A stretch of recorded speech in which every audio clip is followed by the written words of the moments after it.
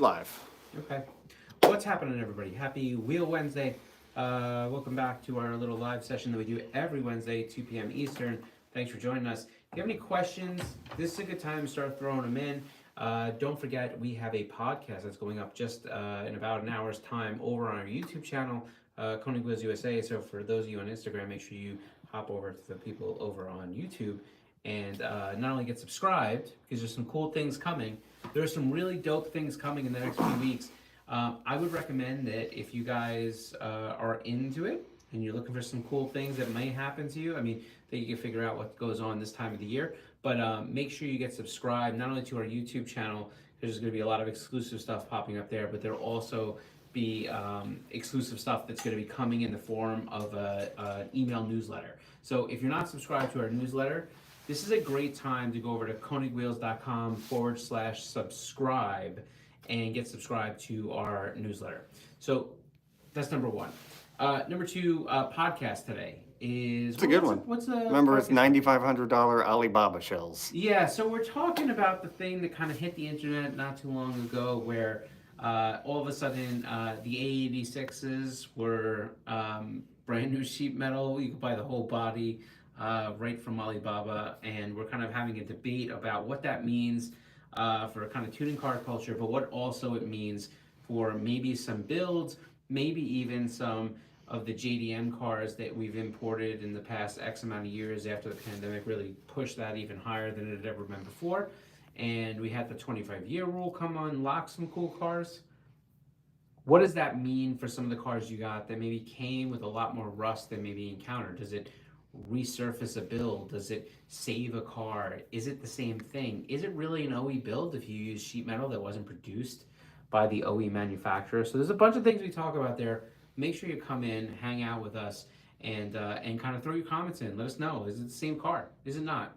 Watch podcast. Well, would you? I know how bad you want an R34 Skyline. Well, I like R34, but like, let's be reasonable. So let's pose that situation, right? If you can get a R33 shell complete, fully reproduced, perfectly scanned, right, for 10 grand, would you get that? Well, I think there's a caveat to that. I think I wouldn't do it and then just buy pieces like for, I'd buy like an engine and then a transmission and a rear. Like, I wouldn't do it like that. But I think a good situation for me would be, let's say I bought an R33 GTR and I bought one of the ones that was like the cheapest, 22 grand and completely rusted out, a lot of different crap, a lot of bad stuff. People chronically get those cars and the first thing they have to they get them and they're really bad and they end up having to do strut towers and stuff like that. So if I got one of those and you told me I could buy maybe brand new full body to be able to move all my stuff over, including maybe a VIN, I know it's not exactly ideal, but if I could save a GTR affordably, yeah, I think I would. Is it still a GTR after you finish that build? So, and that's the question we talk about in the podcast. So the question is, if you have thoughts about this, come over to our YouTube channel, KONIG WHEELS USA, and leave some comments there. Let us know what you think. In addition to that, that will be live in just about an hour's time on our YouTube channel. In addition to that, I also think that if you are looking for something to listen to in the car, iTunes, Google Play, Stitcher, Spotify, and iHeartMedia, those are the places, I think I said iTunes, but iTunes, that you can get our podcast and you can actually listen to it, on your drive. So there's that. Again, if you have any questions or anything that you want to talk about, throw it in. We'll be happy to kind of get to it. And don't forget, we drop a piece of content on our YouTube channel every Friday. This Friday's a fun one too. It's the comedian that tries to learn how to drift with Human. Yeah, there's It'll be fun. The comedian Something named different. Gizmo. He is also with Top Gear Finland. Yeah, he's one of the presenters. Yeah. Yeah. So we do this cool thing where where Human Rahimi, who's one of our FD Pro Spec drivers, he basically decides he's going to teach this guy how to drift. Pretty interesting story. Kind of comes a little faster than we thought it would, but good little fun little drifting piece and kind of humorous piece too. So check that out. Finland can drive, that's for sure. Drift Across the World says, good to see you guys again. What's happening, man? We got Ivan asking SEMA. Yep, we'll be there. We will be there. Let's see. We got someone else asking, where in SEMA I find your booth? So we're in South Hall Lower. If you walk in the front entrance of South Hall Lower, That would be closer to the Paradise Street entrance. If you walk in and come down the stairs, turn to your right. As soon as you get down the stairs, with the first booth right there on the right-hand side. Nice, good spot. Yellow Fellow Lifts says, are the Mark 1s available yet in 19.5? Yeah, they should be. And if there's a particular part number that you're looking for that we don't know, you can either DM us or they got to be here soon. Alexander asks, kind of cheeky question, what do you think about fake center lock wheels? I think it depends, right? Like, I think it depends. Like, you know, like, I don't look at the Mark 1 as a fake center lock wheel. I'll explain. Because there's always been, you know, as long as I can remember, even going back 25 years ago, there was always that idea of putting on a cover plate and tightening some sort of thing to secure the cover plate. So while they look like center lock inspired wheels, I get that. That was always done to hide the lug. It was a covered lug design. And when they're done for that reason, I don't know that I'm opposed to them at all. When it comes down to some of these things where people are building these adapters and billet plates to put on a cap so it looks like a single, you know, one of those center lock wheels, that's where I get a little struck with it. But I think a lot of it has to do is how does it work for the overall design of the wheel, right? I think that's a big piece of it. I think. Yep, we got Track Days and 2-Gay Runs saying, I don't have a bank account for JDM cars, but it's a great idea, what you were talking about with the podcast with the Alibaba shells. Yeah. Since a lot of original cars could have dumb amounts of rust on the body, cough, cough, Subaru. Well, you know, and the thing to me is always is that, you know, I like the idea of saving cars, right? Like that to me is really big because, you know, part of the reason that I want a GTR isn't because it's cool and I can show my friends. A lot of it is because I feel like there's a lot of legacy and history that comes along with, you know, that Nismo and you know, Nissan tuning culture. I like the stories behind them. I like the Takumi element. I like a lot of different things that Nissan has developed where there's a lot of cultural pieces that are in their builds. And I like the idea of being able to take maybe some of that history, save it, and bring it forward. So, you know, if you tell me I can find a car that has all the pieces to it, you know, for let's say 20 grand, and but the biggest issue is that it's riddled with rust, and you allow me the opportunity to buy a complete body that obviously needs paint. And don't get me wrong, it's not going to be cheap, but yeah, I think I take it because it's allowing me to save a car. Now, the question is that really a GTR at that point? Because where was the sheet metal produced? But also, there's things like the VIN and the whatever. But, you know, then there's this other part, which is that if you can transfer a VIN, even though it may not be, you know, purist related in that sense, now you have the opportunity to make that chassis better. You know, it could be stitch welded before you go to paint. You could do a lot of different things, you know, strengthen some things, do some cool things to the actual body and the shell when it's in a raw form before you go to paint and different things like that. So there's some pros and cons. Let us know what you think. Come over to check out the podcast on our YouTube channel soon, and you know, leave some comments. Yeah. Jack Sir weighing in on this, saying, Okay. I wouldn't consider third-party parts other than the source and the part specialist to be OEM. Yeah, I mean that's clearly a take on it. The question I have for you though is, imagine this: you have a $20,000 GTR, it has all the parts, it looks okay, but I mean completely so much rust that you really couldn't save it. And I know there's people who say, you save anything. Yeah, I know you can save anything. There becomes a time and a limit though for one, obviously getting replacement body panels, building replacement body panels, and you know, look, I've seen some of these GTRs in restoration where people have like almost very few pieces. They've had to cut quarters away and they've taken the roof off. And so they're left with this, you know, thin structure, and they're going to remake a lot of this stuff out of sheet metal or things that they can't get, or they're sourcing other cars to be able to take parts off of. And so I would question you with if they make it out of reproduction sheet metal themselves, if they're actually doing the metal work, that doesn't count. Is it the firewall that makes the car OE? Because it has a VIN stamping, or is it the other pieces? There's just a lot of caveats to it. So, you know, come hang out with us on the podcast. Let us know. Kyle Cross with a perfect response to that, saying, talk to old VW guys. We replace sheet metal all the time, and it's still considered an OEM build. Yeah, so it's an interesting thing, and I think a lot of it comes down from a purist perspective of, where does the line get drawn? Very blurry if you really start to dive into different scenarios. We got B asking, can I trade my left leg for a set of rims? I mean, I suppose, but here's my problem. What do I do with your left leg? Yeah, I don't know. Yeah, Some kind of black market thing. Yeah. We got Kata Subi saying, Yep. does Koenig do sponsorships or partnerships with regular customers with enough of a following? Yeah, of course. I mean, we do a lot of we do sponsorships, we do partnerships, we do a lot of different things, partials or whatever it is, depending on what the relationship and the return on investment looks like from a sponsorship and exposure point. Doesn't mean we're doing them all the time. As far as like, there may be parts that like we're toward the end of a year now, may not happen right now, maybe have to wait a little bit. It depends. We had a lot of requests, especially every week. So to be able to try to figure out which ones we can work with or not. Remember, we're comparing out all the stuff that you propose to everybody else. So, stand out from the rest. Do something cool. Come up with a package or a value proposition that really makes sense. And yeah, absolutely, we could totally potentially work together. Blueberry in the house says, hey boys. What's happening, man? What's up, Blueberry? We got Kyle Cross saying, Yep. I wish I was going to SEMA this year. I wish I wasn't going to SEMA.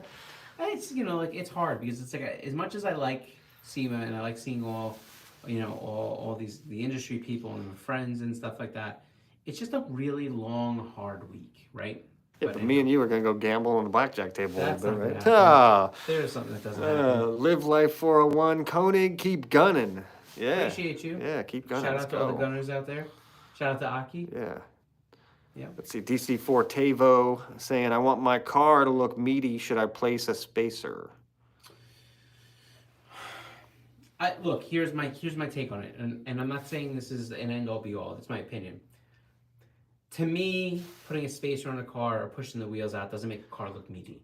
What makes a car look meaty is when you put a really aggressive, or when I say aggressive, I mean something a really a tire that has a lot of push to it, that really has a lot of girth to it. Yeah, has some width on it, maybe a little bubble, something that like really looks mean in that race sense. Now, Are you talking width-wise, or are you talking tire, like the tire height? no, I'm talking width-wise for the most part. I mean, you want to make sure you never go short on a tire, but overall rolling diameter is something you should always maintain. So, if you're looking for something that has more of an aggressive stance, now we start to talk about things like spacers. Now, look, we don't condone the use of spacers. Let me explain why. It's not because I don't think people can use them. It's not because you can't use them safely. It's not because I don't think that you can tweak a car's fitment with a spacer the correct way. But there's a lot of caveats to being able to do so, and you can easily mess up. Spacer that's not a good quality, don't have enough thread engagement, not properly installed, not properly centered. I mean, there's a bunch of different things. Doesn't sit flat to the hub, doesn't sit flat to the back of your wheel. These are all things that have to happen for a spacer to go on without issue. It's like it's like super easy to install, but like one little thing can clearly cause you a lot of issues. So DC4 Tavo, by that's the way, great car. We definitely appreciate every time you upload. oh, sick. Vape Subo Masters saying, fake center locks to me may aid to deter thieves from taking wheels. I doubt it. I doubt it, and here's what I mean by that. Just because I don't want to make it seem like I'm coming at your comment, I'm just talking out loud. If wheel thieves want to get your wheels, they'll have them, and they'll have them faster than you'll ever be able to think about. These guys are good. They know what they're doing. They'll sacrifice tools and jacks and anything in between to get the wheels when they want wheels. It doesn't matter if you have spline drive. It doesn't matter if you have wheel locks. All that stuff. You look at any one of those things, I could tell you how to defeat those things in 12 seconds. And these guys are really good. They're fast. They're programmed. It's a shame, but we live in a world where if you have something nice, somebody's going to try to steal it. So can you do anything to protect your wheels? I think it's kind of like, to me, protecting your wheels is kind of like, all right, the best way I can explain it is when I moved into my house, we had an alarm company come, and I wanted sensors over everything. I wanted it on the windows and the doors and the thing, and the guy basically said, like, look, you're not going to be able to protect your house super well with these things. Like, he said, if you're trying to protect your house, like, you want to make your house the most difficult you can to get into, because when people look at it, they decide to skip your house and go on to the next house, right?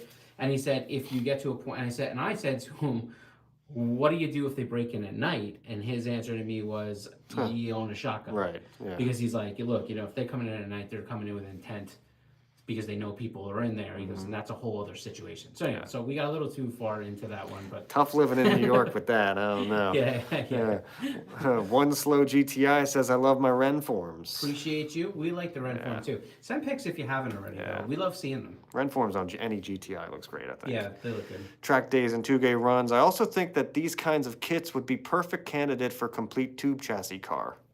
Yeah. But see, here's my take on it, and this is a conversation we had a lot about in the office before we even did this podcast. That's how most podcast ideas come to be, by the way.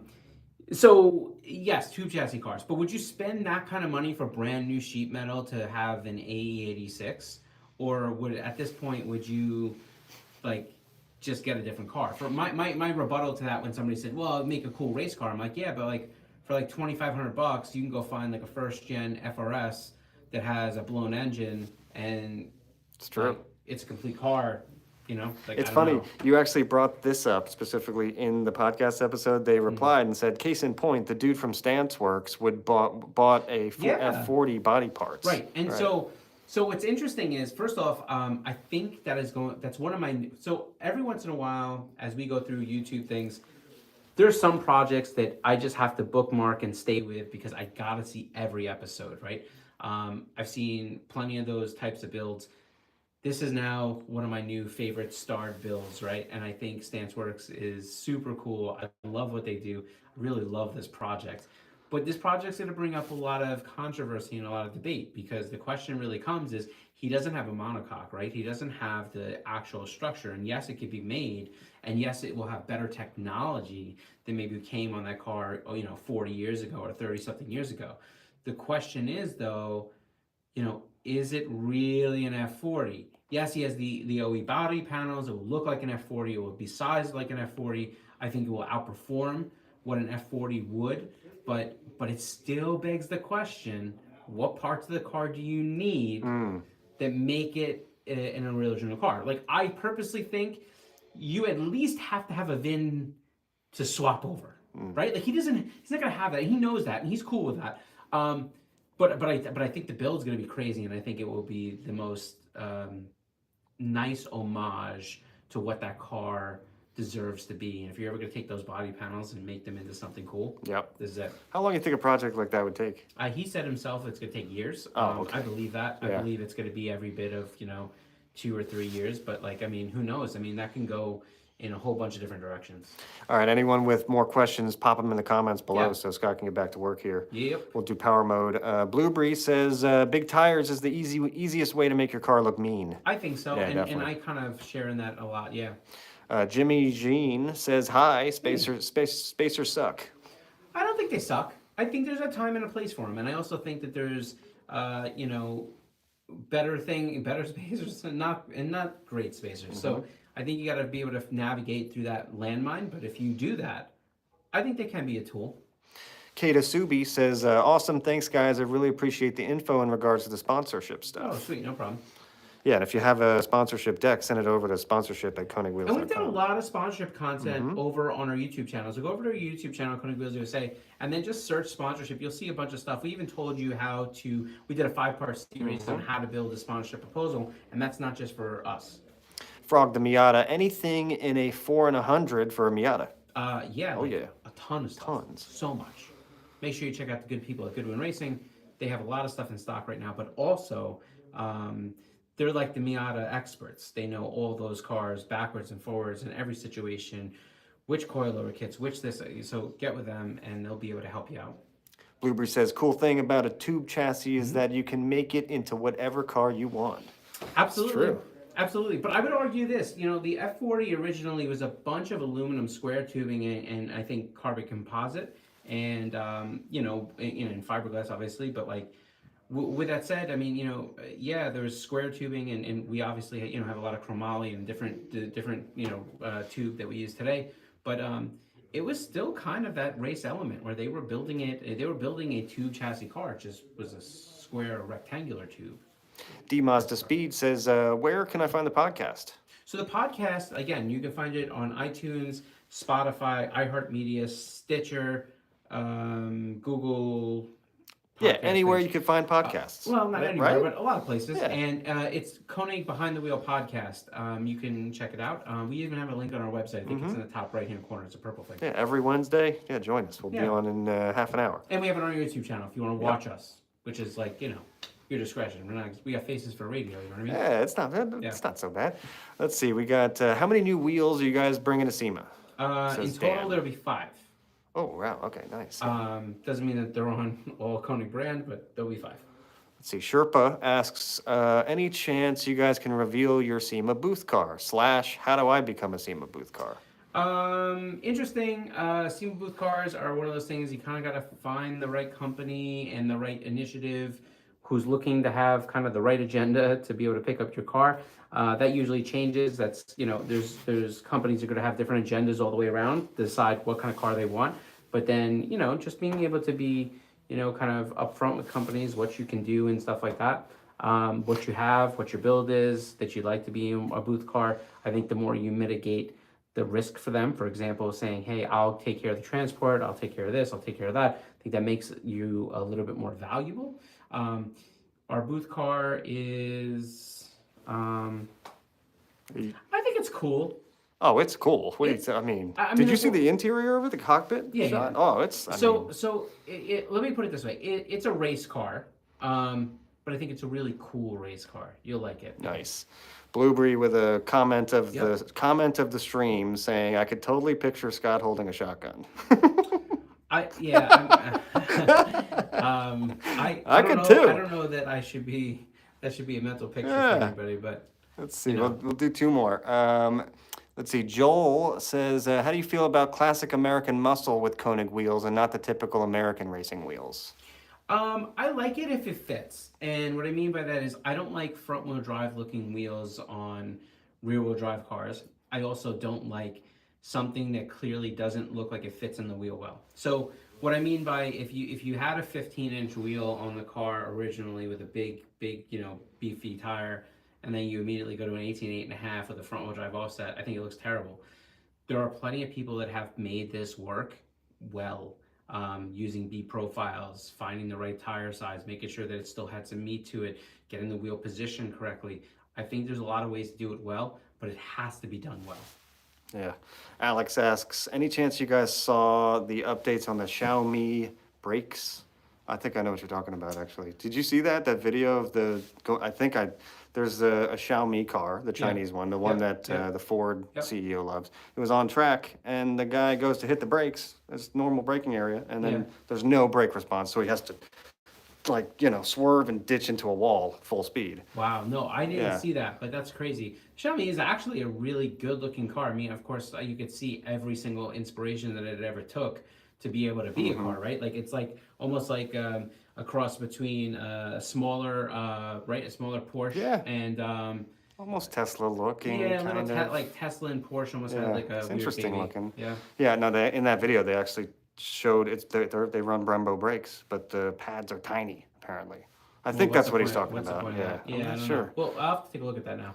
Let's see. We got what's the podcast for today? Somebody asks. Yeah, so the podcast for today, we're going to be talking about the idea of, remember a while ago there was that whole thing where on Alibaba where you can buy a complete full reproduction, full body A86, and we kind of dive into like what does that mean for restorations, what does that mean for some of the older JDM imported cars, different things like that. It's a really hot topic, especially like when you start to think about like where's the line where it cuts off where it's no longer like one of the OE cars, I got a good one. Paulie asks, what are your thoughts on these electric assisted engines in these hyper and supercars?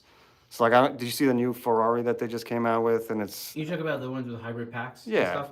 yeah. I mean, so McLaren's been doing that for a long time. You have the E-Ray now and stuff like that. They do it in an NSX. I think the best way to use hybrid technology is where it's not the primary source of power or propulsion, but it does add and increase power. Like the NSX has regenerative braking, so you could argue that because that's a hybrid too. I think it can be used correctly. Now, do I want to own one of these forever?